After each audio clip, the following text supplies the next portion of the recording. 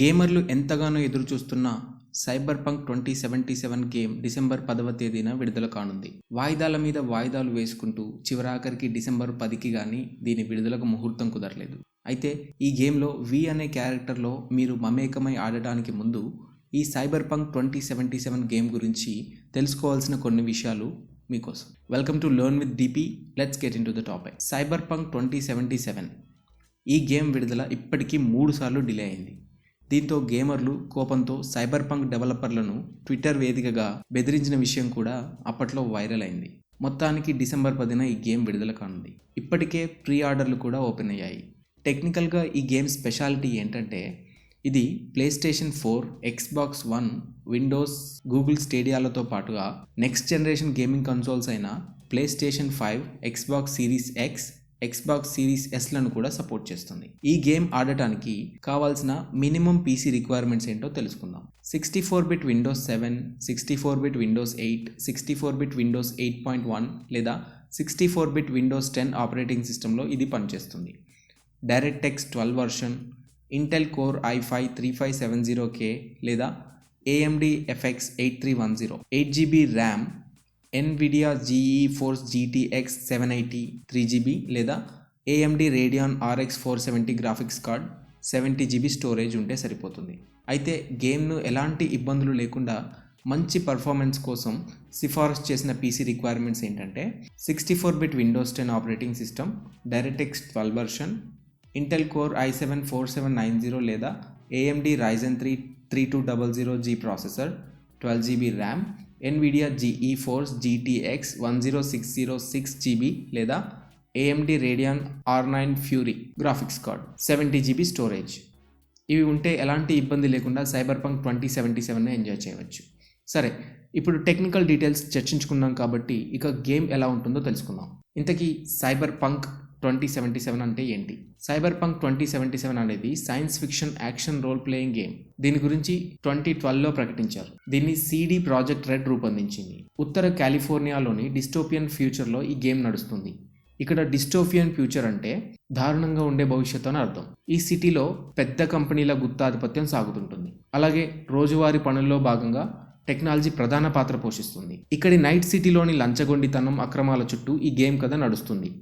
ఇందులో గేమ్ ఆడేవారు వి అనే పాత్రలో కనిపిస్తారు. మిషన్లు పూర్తి చేస్తూ స్ట్రీట్ క్రెడ్ను సంపాదించుకోవాలి. అలాగే ఎప్పటికప్పుడు ఆయుధాలను, సైబర్నెటిక్స్ను అప్డేట్ చేసుకుంటుండాలి. గేమ్ను మొదటగా ఒంటరిగానే ప్రారంభించాలి.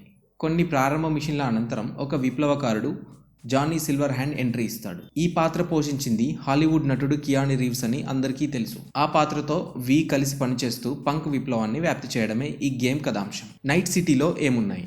నైట్ సిటీలో city centre, Watson, Westbrook, Heywood, Pacifica, Santo Domingo అనే 6 డిస్ట్రిక్ట్లు ఉంటాయి.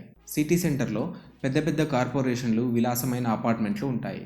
వాట్సన్లో ఆసియా నుంచి వలస వచ్చి చిన్న చిన్న షాపులు పెట్టుకున్న వాళ్ళు ఉంటారు. వెస్ట్ బ్రూక్లో జపాన్ నుంచి వలస వచ్చి కష్టపడి పనిచేసి బాగా డబ్బు సంపాదించిన వాళ్ళు ఉంటారు. హేవుడ్ అనేది ఒక సబర్బన్ ఏరియా. ఇక్కడ గ్యాంగ్ల సమస్య ఉంటుంది. పసిఫికా అనేది సిటీలోనే అత్యంత ప్రమాదకరమైన ప్రాంతం. పూర్తిగా గ్యాంగ్ల కార్యకలాపాలు ఇక్కడే సాగుతాయి. శాంటో డొమింగోలో అన్ని పవర్ ప్లాంట్లు, పరిశ్రమలు ఉంటాయి. మరి నైట్ సిటీలో ఉండే గ్యాంగ్ల సంగతి ఏంటి? ఇక్కడ ముఖ్యంగా 8 పేరున్న గ్యాంగ్లు ఉంటాయి.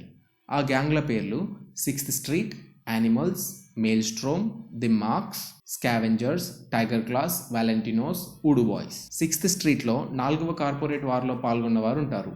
యానిమల్స్లో సైబర్వేర్ను ద్వేషించే బాడీ బిల్డర్లు ఉంటారు. మెయిల్స్ట్రోమ్లో సైబర్వేర్ను బాగా ఇష్టపడే వాళ్ళు ఉంటారు. వేరే గ్రూప్లలో స్థానం దక్కని వారందరూ ఈ మార్క్స్లో చేరుతారు. స్కావెంజర్స్లో ప్రజల్ని కిడ్నాప్ చేసి సైబర్వేర్ను దొంగతనం చేసే వాళ్ళు ఉంటారు. టైగర్ క్లాస్లో ఇల్లీగల్ ఎంటర్టైన్మెంట్ బిజినెస్ ఓనర్లు ఉంటారు. వాలెంటినోస్లో నిజాయితీ గల ఫ్యామిలీ గ్యాంగ్ ఉంటారు. ఊడు బాయ్స్లో హ్యాకింగ్ ఎక్స్పర్ట్స్ ఉంటారు.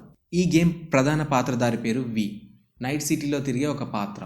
అయితే వి ఎలా ఉండాలి, ఏం చేయాలి అనేది ఆడే వ్యక్తి నిర్ణయించాలి. ఎలా చేసినా సరే చివరికి జానీతో కలిసి పెద్ద కార్పొరేషన్లకు వ్యతిరేకంగా పోరాడి నైట్ సిటీ మీద ఆధిపత్యం దక్కించుకోవాలి. జానీ సిల్వర్ హ్యాండ్ అనే వ్యక్తి నైట్ సిటీలో ఉండే ఒరిజినల్ రాకర్ బాయ్. 21వ శతాబ్దం ప్రారంభంలో కార్పొరేషన్ల మీద విప్లవాన్ని ప్రకటిస్తాడు. మళ్ళీ 2077లో కేవలం వీకి మాత్రమే కనిపించే ఆర్టిఫిషియల్ ఇంటెలిజెన్స్ ప్రొజెక్షన్ గా ఎంట్రీ ఇస్తాడు. మరో విప్లవం తీసుకురావడానికి జానీ సిల్వర్ హ్యాండ్ వీకి ఒక మార్గదర్శకునిలాగా పనిచేస్తాడనమాట. ఇవి సైబర్ పంక్ 2077 గేమ్ గురించిన టెక్నికల్ స్టోరీ వివరాలు. అయితే ఈ గేమ్ను ప్రస్తుతానికి సింగిల్ ప్లేయర్ గేమ్గా విడుదల చేస్తున్నారు. కానీ త్వరలోనే దీన్ని మల్టీప్లేయర్ గేమ్గా మారుస్తామని CD ప్రాజెక్ట్ రెడ్ ప్రకటించింది. కానీ ఎప్పుడు అనే విషయం గురించి మాత్రం స్పష్టత ఇవ్వలేదు. సైబర్ పంక్ గేమ్ గురించి పూర్తి విషయాలు తెలుసుకున్నారని అనుకుంటున్నాను. నేను ఏదైనా చెప్పడం మర్చిపోతే మీరు కామెంట్లలో షేర్ చేయండి.